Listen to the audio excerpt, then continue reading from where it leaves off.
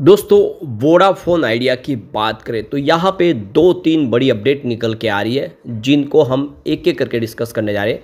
Vodafone idea ने अपनी annual general meeting की डेट का ऐलान कर दिया है। कंपनी की इस मीटिंग के दौरान क्या फैसले होंगे उसको समझने की कोशिश करेंगे इस वीडियो के माध्यम से। दूसरी तरफ वोडाफोन आइडिया को फिर से झटका लग गया जून महीने में, उनके कस्टमर बेस में कमी आई है। जो टीआरआई के जो आंकड़े निकल कर आए उसमें बाजी मार लिया जियो ने। दूसरी तरफ देखें तो वोडाफोन आइडिया ने एक शानदार फैसला किया है। वोडाफोन आइडिया भी अब जियो फाइनेंशियल और एयरटेल जैसे फाइनेंशियल सेवाएं देंगे अपने प्लेटफॉर्म के माध्यम से, यानी वहां से आप लोन ले सकते हैं दूसरे और अपने सारे ट्रांजैक्शन कर सकते हैं। तो पूरी अपडेट क्या है उसको समझने की कोशिश करेंगे इस वीडियो के माध्यम से। अब आने वाले समय, जैसे कि ये जून महीना तो इनके लिए ख़राब साबित हुआ, लेकिन आने वाले समय 5G सर्विस के दम पे क्या फिर से कस्टमर वोडाफोन की तरफ आएंगे और वोडाफोन बेहतर करेगा? क्योंकि आज तो इस नेगेटिव खबर ने यहाँ पे गिरावट दिखा दी है। आगे की क्या संभावना बनेगी उसको जानने की कोशिश करेंगे इस वीडियो के माध्यम से। लेकिन फ्रेंड्स, उससे पहले अगर आप पहली बार हमारे चैनल पे आए तो चैनल को सब्सक्राइब कर दीजिए, एक बेल आइकॉन दबा दीजिए ताकि जब भी नया वीडियो बने पहला नोटिफिकेशन आपको मिले। वीडियो पसंद आए तो लाइक से ज़रूर कीजिए। चलो फ्रेंड्स, वीडियो स्टार्ट करते हैं। मैं हूँ आपका दोस्त SB दवे और हमारे अपने चैनल ऑनलाइन कमाई में आपका बहुत बहुत स्वागत है। तो सबसे पहले वोडाफोन आइडिया के कारोबार की बात करें तो आज 7.08 पर स्टॉक ट्रेड करता हुआ आपको दिखाई देगा, जहां पे 1.53% की गिरावट है, लगभग 1.5% के आसपास की गिरावट है। तो सुबह शुरुआत पॉजिटिव हुई थी, लेकिन गिरावट हुई क्योंकि जो आंकड़े निकल कर आए वो जून महीने के उस ट्राई के आंकड़ों में वोडाफोन आइडिया फिर से पिछड़ गया है, कस्टमर बेस कम हो गया है। अब इसकी रिटर्न परफॉर्मेंस को देखें तो पिछले एक महीने का जो रिटर्न है वो 3.23% निगेटिव है, यानी एक महीने में 3% के आसपास की गिरावट हुई है। 3 मंथ का रिटर्न देखें तो 0.98% पॉजिटिव, यानी लगभग 1% के आसपास की तेज़ी बनी है। कोई खास बेहतर प्रदर्शन नहीं किया, स्टॉक वहीं का वही है। लेकिन पिछले एक साल में यहाँ पे 55% का निगेटिव रिटर्न मिला नहीं। जिसने साल भर पहले निवेश किया उसको इस समय काफ़ी भारी नुकसान हो रहा है। पिछले 3 साल का रिटर्न देखें तो 20% निगेटिव है और पिछले 5 साल में इसने 10% का निगेटिव रिटर्न दिया है। यह एक ऐसा स्टॉक है जिसने लगातार लोगों को नुकसान दिया है। वोडाफोन आइडिया में किसी को फ़ायदा हुआ है, सिर्फ फ़ायदा किया तो वो इंट्राडे ट्रेडर जिन्होंने दिन में अपना वादा सेटलमेंट कर लिया, जिसकी वजह से फ़ायदा कमाए। अब यहाँ पे जो बड़ी अपडेट निकल के आ रही है, वोडाफोन आइडिया ने जो एक्सचेंज को जानकारी दी है कंपनी की, देखो कि एनुअल जनरल मीटिंग होने जा रही है। तो ये देख सकते हो कि कंपनी इसकी जानकारी न्यूज़पेपर के माध्यम से दी है, जिसमें आप देख सकते हो कि बिजनेस स्टैंडर्ड पेपर इंग्लिश और इसके अलावा संदेश और वेस्टर्न टाइम्स जो गुजराती पेपर के अंदर इन्होंने अपनी एडवर्टाइजमेंट दी है, जिसके अंदर आप देख सकते हो कंपनी की तरफ से कहा गया है कंपनी मंडे 25 अगस्त 2025 को शाम को 4 बजे AGM करने जा रही है। यह वीडियो कॉन्फ्रेंसिंग के माध्यम से भी होगी और ऑडियो विजुअल के माध्यम से भी होगी, जिसमें कंपनी अपने शेयर होल्डर के साथ में अपने जो रिजोल्यूशन प्रस्ताव है उनके मंजूरी के लिए यहाँ पे बातचीत करेगी और उनकी वोटिंग के माध्यम से उनके वोटिंग राइट का इस्तेमाल करके उन प्रस्तावों की मंजूरी लेगी।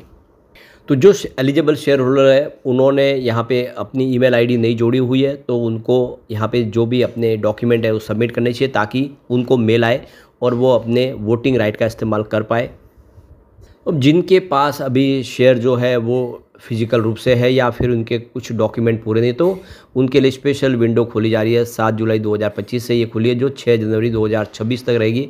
इस स्पेशल विंडो के माध्यम से वो जो शेयर ट्रांसफर एजेंट है उनको डॉक्यूमेंट देके अपनी फॉर्मेलिटीज़ को कंप्लीट कर सकते हैं और शेयरों को डीमैट में ले सकते हैं, ताकि आने वाले समय कोई प्रॉब्लम न रहे।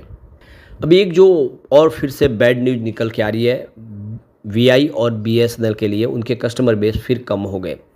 तो आप देख लो कि रिलायंस, जियो और एयरटेल ने वोडाफोन आइडिया के ग्राहकों को छीन लिया फिर से।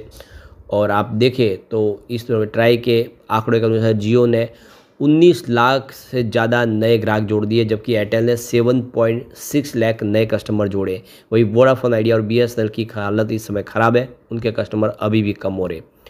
तो ये देख सकते हो कि लेटेस्ट जून महीने के आंकड़े निकल कर आए, जिसमें यह साबित हो गया है कि जियो ने बाजी मारी है। जून में भारतीय एयरटेल के तुलना में उन्होंने डबल वायरलेस कस्टमर जोड़े हैं। वही वोडाफोन आइडिया और BSNL के जो अपना मार्केट शेयर लगातार कम हो रहा है।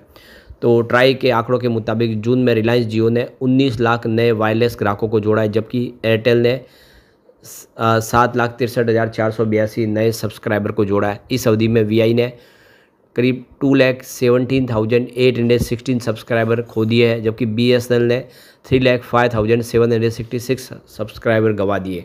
यानी इस लिस्ट में देखें तो बीएसएनएल के ग्राहक बहुत ज़्यादा कम हुए। वीआई ने भी काफ़ी कस्टमर खोए हैं, लेकिन बीएसएनएल उनसे 1 लाख ज़्यादा है। और ये अभी भी, क्योंकि बीएसएनएल के पास 4G सर्विस भी बराबर नहीं है, ऐसे में कस्टमर बेस से कम हो रहा है। 5G तो दूर दूर की बात है।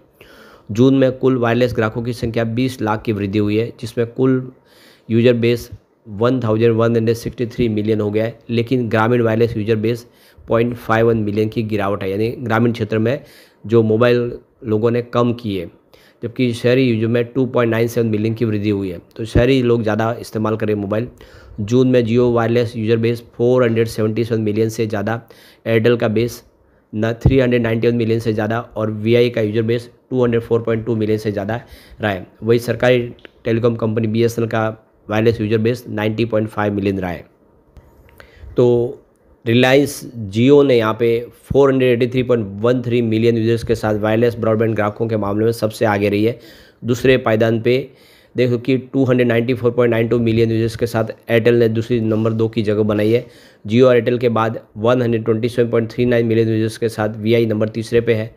और एक्टिव सब्सक्राइबर के मामले में जियो एयरटेल दोनों ही कंपनियों ने वृद्धि की है, जबकि वीआई और बीएसएनएल ने अपने एक्टिव कस्टमर खो दिए। ट्राई के आंकड़ों के मुताबिक 30 जून 2025 तक 5G फिक्स वायरलेस यूजर्स की संख्या बढ़कर 78.5 लाख हो गई है, जो जून में 74 लाख थी। इस सेगमेंट में भी मुकेश अंबानी की रिलायंस जियो सबसे आगे, जिसने 2,53,201 सब्सक्राइबर जोड़े, जबकि एयरटेल ने 2,01,781 नए सब्सक्राइबर जोड़े हैं। तो कुल मिला के फिर से निराशा हाथ लगी है। लेकिन अब जैसे कि इन्होंने 5G सर्विस शुरू कर दी है, आने वाले समय कस्टमर बेस बढ़ता हुआ दिखाई दे सकता है। आने वाले समय के लिए हमें आशा इस समय दिखाई दे रही है।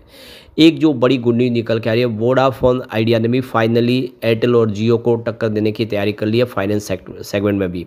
तो वोडाफोन आइडिया ने एक फाइनेंशियल इंस्टीट्यूशन के साथ पार्टनरशिप कर ली है, और जो इस पार्टनरशिप का मकसद है कि फिक्स डिपॉजिट, पर्सनल लोन और क्रेडिट कार्ड जैसी सेवाएं देना। तो वीआई ने यहाँ पे आदित्य बिरला ग्रुप के साथ में पार्टनरशिप किया। अब आपको पता ही होगा कि वोडाफोन आइडिया भी आदित्य बिरला ग्रुप की ही कंपनी है, और अब उन्होंने जो आदित्य बिरला ग्रुप की जो फाइनेंस कंपनी है उनके साथ में आदित्य बिरला कैपिटल के साथ उन्होंने पार्टनरशिप कर ली है।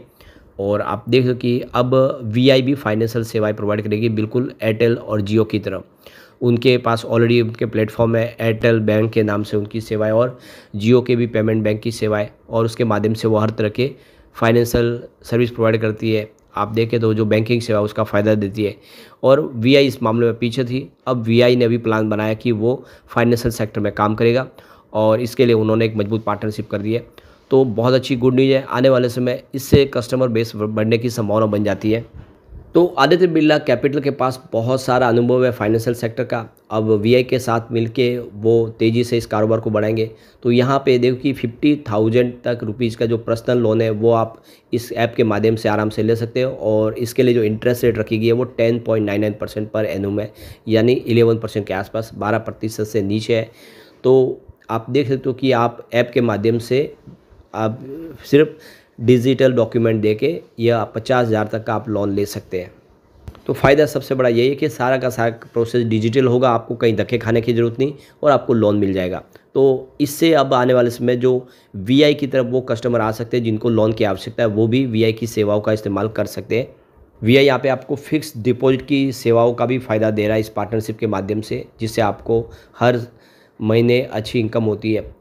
तो आप देख सको कि अगर आप यहाँ पे 1,000 रुपीज़ से भी आप फिक्स डिपॉजिट कर सकते, जमा कर सकते हैं, और उसके ऊपर आपको 8.4% का शानदार इंटरेस्ट भी प्रोवाइड किया जाएगा, जो बैंकों से काफ़ी ज़्यादा है। इसके अलावा वोडाफोन आइडिया ने यहाँ पे क्रेडिटों के साथ में पार्टनरशिप की है, उसके माध्यम से आपको क्रेडिट कार्ड की सुविधा भी मिल जाएगी। तो आप लीडिंग बैंक के साथ में इन्होंने इसके लिए टाइप कर लिया है, जिसमें आप देखें तो axis bank, SBI, HDFC bank, अब उनके माध्यम से वीआई फाइनेंस सेवा उपलब्ध होगी। तो वीआई ऐप को आप डाउनलोड करके यहाँ पे देख सकते हो, इन सारी सेवाओं का फ़ायदा ले सकते हैं। ये एंड्रॉयड और iOS दोनों पे उपलब्ध है। तो कुल मिला के एक अच्छी संभावना बन रही है। तो आने वाले समय वोडाफोन आइडिया कुछ बेहतर करने की तैयारी कर रहा है। लेकिन फ्रेंड्स, कोई भी इन्वेस्टमेंट करने से पहले अपने फाइनेंशियल एडवाइज़र से एडवाइस ले ले या अपना खुद का रिसर्च करें, क्योंकि मैंने वीडियो आपके एजुकेशनल पर्पज़ के लिए ही बनाया। वीडियो पसंद आए तो लाइक से जरूर कीजिए और चैनल को सब्सक्राइब कर दीजिए। Thank you friends.